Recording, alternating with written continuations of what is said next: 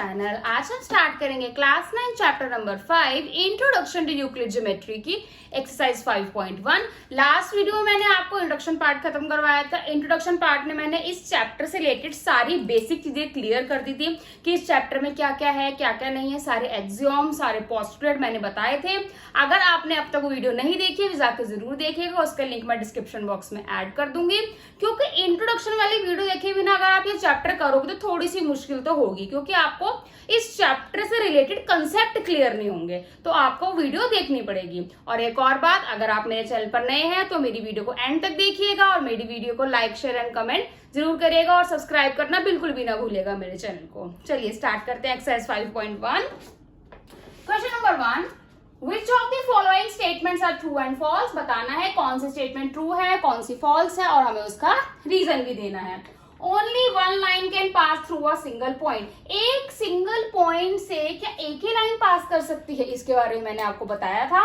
No, मैं एक single line point से कितनी भी इनफाइनाइट लाइंस को पास करवा सकती हूं। तो फर्स्ट हो जाता है हमारा false, as many lines can pass through a single point। ठीक है, ये तो बड़ी कॉमन सी चीज थी।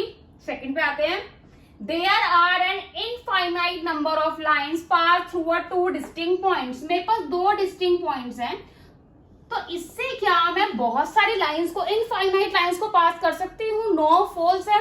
सिर्फ टू डिस्टिंक्ट पॉइंट से एक सिंगल लाइन ही पास होगी, तो इसका आंसर हो जाता है false, as only one line can pass through are to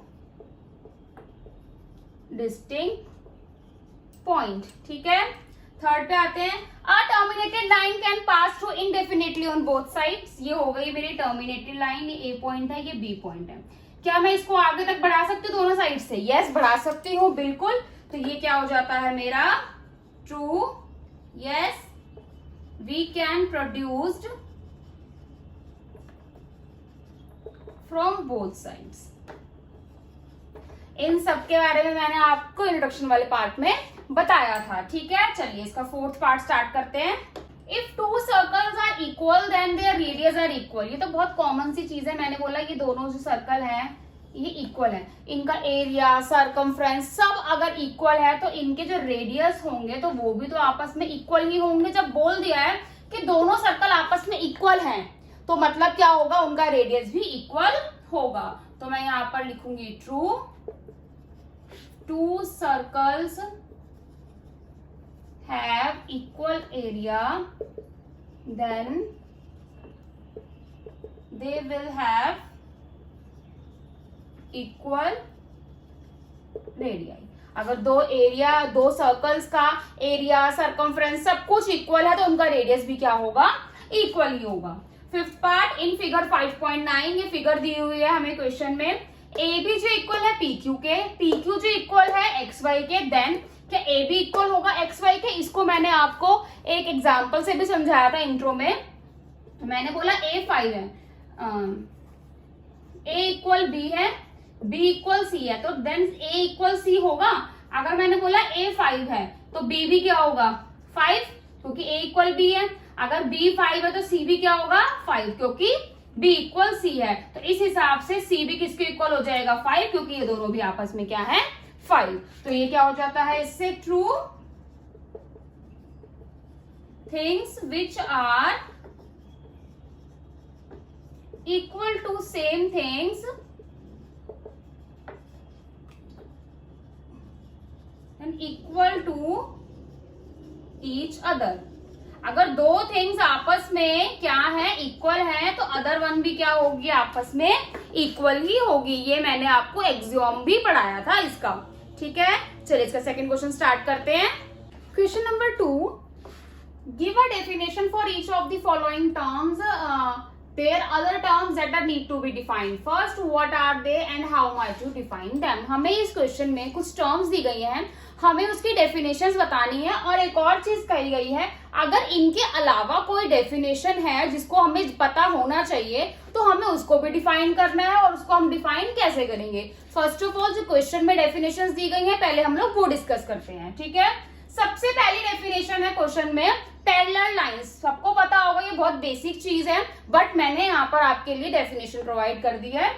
parallel lines are lines in a plane that are always have a same distance apart. Parallel lines never intersect. दो lines हैं जिनका distance जो होगा, यानी ये distance, ये क्या होगा?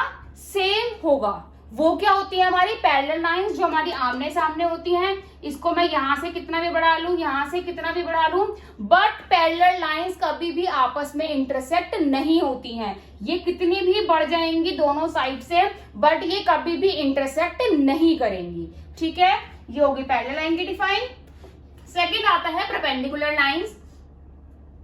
Perpendicular lines are lines that intersect at a right angle. Right angle सबको पता है 90 डिग्री का होता है।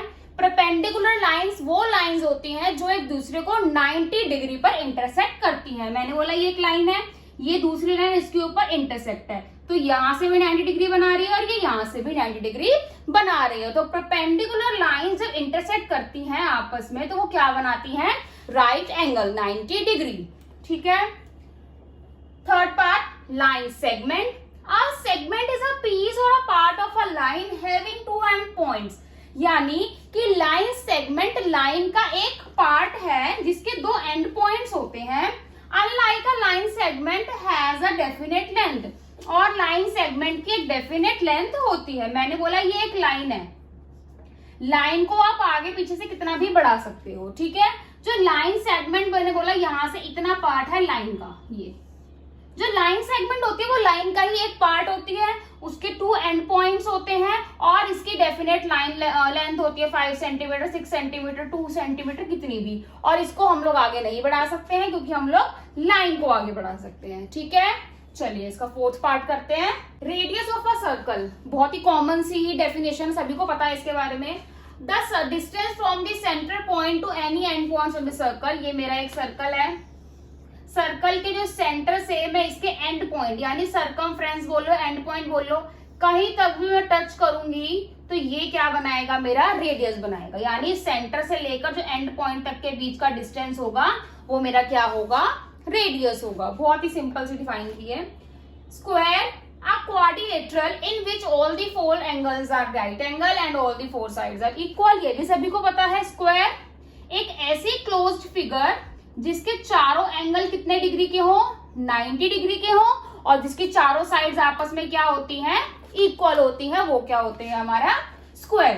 इस क्वेश्चन में स्टार्टिंग में एक और चीज पूछी गई थी, क्या इस क्वेश्चन में हमें इन डिफाइन के अलावा और भी डिफाइन जानने की जरूरत है? यस है। यहां लिखेंगे yes, we need to have an idea about the terms like point, line, ray, plane, quadrilateral, etc। हमें इन सब चीजों के बारे में पता होना चाहिए, तभी हम इन डिफाइन को, इन जो डेफिनेशंस दी गई हैं इनको हम लोग डिफाइन कर पाएंगे, ठीक है। चलिए क्वेश्चन नंबर 3 स्टार्ट करते हैं इसका। Question number 3, consider two postulate given below. आपको इस क्वेश्चन में दो पोस्टुलेट दिए गए हैं। Postulate 1, given any two distinct points A and B, there exist a third point C which is in between A and B। ये A point है, ये एक B पॉइंट है, और बोला गया है A एंड B के बीच में कहीं भी जो है वो C एक लाई कर रहा है। ये हो गई हमारा first postulate. Second postulate, there exist at least 3 point. इसमें भी 3 पॉइंट्स हैं that are not on the same line. दोनों तीनों के तीनों सेम लाइन पर नहीं है। मैंने बोला A यहाँ पर है, B यहाँ पर है, C मेरा कुछ यहाँ पर होगा। तीनों के तीनों सेम लाइन पर नहीं है, कहीं भी हो सकते हैं। आप कुछ क्वेश्चन पूछे गए हैं, do these postulate contain any undefined term. क्या ये दोनों जो पोस्टुलेट दी गई हैं इसमें कुछ अनडिफाइंड टर्म्स हैं? क्या ये पोस्टुलेट कंसिस्टेंट हैं? Do they follow Euclid postulate? क्या इन दोनों पोस्टुलेट्स ने यूक्लिड पोस्टुलेट्स को फॉलो किया है? एक्सप्लेन। पहले मैं आपको ओरली बताती हूँ, उसके बाद मैं आपको उसका थ्योरी में आंसर दूंगी। Do this postulate contain any undefined terms? Yes, इस दोनों पोस्टुलेट में अनडिफाइंड टर्म्स हैं। पॉइंट के बारे में कुछ नहीं बताया गया, डिस्टेंस के बारे में, लाइन के बारे में कुछ भी नहीं बताया गया। सिर्फ इतना बोला गया है कि 3 पॉइंट है और वो सी उनके बीच में लाई कर रहा है। उसमें बोला गया कि ये तीनों सेम पॉइंट पर लाइन पर लाई नहीं कर रहे हैं। तो बहुत से अनडिफाइंड टर्म्स इस क्वेश्चन में दोनों पोस्टुलेट्स में हैं। Second, are the postulate consistent? Yes, दोनों कंसिस्टेंट हैं, क्योंकि दोनों के दोनों पोस्टुलेट का आपस में कोई भी रिलेशन नहीं है, दोनों के दोनों अलग अलग हैं, तो ये क्या है? कंसिस्टेंट है। क्या इन दोनों ने यूक्लिड की पोस्टुलेट को फॉलो किया है? नहीं, ऐसी कोई भी पोस्टुलेट जो है यूक्लिड पोस्टुलेट्स में नहीं आती है। इनसे रिलेटेड एक एक्सियोम आता है बट पोस्टुलेट नहीं है। तो मैं एक्सियोम बताऊंगी आपको थ्योरेटिकली जब करेंगे, तो इसको एक्सप्लेन कैसे करना है वो मैं आपको अभी लिख कर बताती हूँ। ये मैंने आंसर आपके लिए थ्योरी में लिख दिया है, बताती हूँ मैं क्या क्या है। Yes, this postulate contain undefined term. जो मैंने आपको दोनों पोस्टुलेट बताई थी, दोनों के दोनों में कुछ अनडिफाइंड टर्म्स थी, such as point and line. Point के बारे में, लाइन के बारे में कुछ भी गिवन नहीं था। Also these postulates are consistent. दोनों के दोनों पोस्टुलेट कंसिस्टेंट है। क्यों? Because they deal with 2 different situation. दोनों के दोनों जो है पोस्टुलेट आपस में डिफरेंट है, दोनों का आपस में कोई भी रिलेशन नहीं है। क्यों? क्योंकि पोस्टुलेट 1 में बोल रहा है कि ए पॉइंट है, बी पॉइंट है और उसके बीच में एक सी पॉइंट है। पोस्टुलेट 2 सेकेंड में बोल रहा है ए पॉइंट, बी पॉइंट, और ये तीनों एक लाइन पर लाई ही नहीं कर रहे हैं। तो दोनों की दोनों सिचुएशन है, ये बहुत अलग अलग है, दोनों का दूसरे से कोई भी रिलेशन नहीं है। Know these postulate do not follow from Euclid postulate. और ये कोई भी यूक्लिड पोस्टुलेट की पोस्टुलेट को फॉलो नहीं करती है। ये क्या फॉलो करती है? हमारे एक एक्सियोम को फॉलो करती है। गिवन 2 डिस्टिंक्ट पॉइंट्स, अगर हमें कोई 2 डिस्टिंक्ट पॉइंट्स गिवन है तो वहां से एक लाइन जो है पास हो सकती है। बाकी ऐसा क्वेश्चन पेपर में बिल्कुल भी नहीं आता है, ये तो बिल्कुल भी नहीं आता। ये सिर्फ आपको एक कंसेप्ट क्लियर करने के लिए है कि क्या चीजें होती हैं इस चैप्टर स्लेट में, हम लोग क्या क्या पढ़ सकते हैं, क्या क्या आ सकता है। इतना बड़ा क्वेश्चन थ्योरी में लिखने के लिए नहीं आता है, छोटी छोटी चीजें आती हैं इस चैप्टर से रिलेटेड। आज की वीडियो में यही खत्म करते हैं। अगर आपको मेरी वीडियो पसंद आई हो तो मेरी वीडियो को लाइक शेयर कमेंट करना बिल्कुल भी ना भूलिएगा, और मेरे आने वाली वीडियोस के लिए मेरे चैनल को सब्सक्राइब जरूर करिएगा एंड बेल आइकन जरूर दबाइएगा ताकि मेरी वीडियो की सबसे पहले नोटिफिकेशन आपको आए। थैंक यू, मिलते हैं नेक्स्ट वीडियो में क्वेश्चन नंबर 4 के साथ।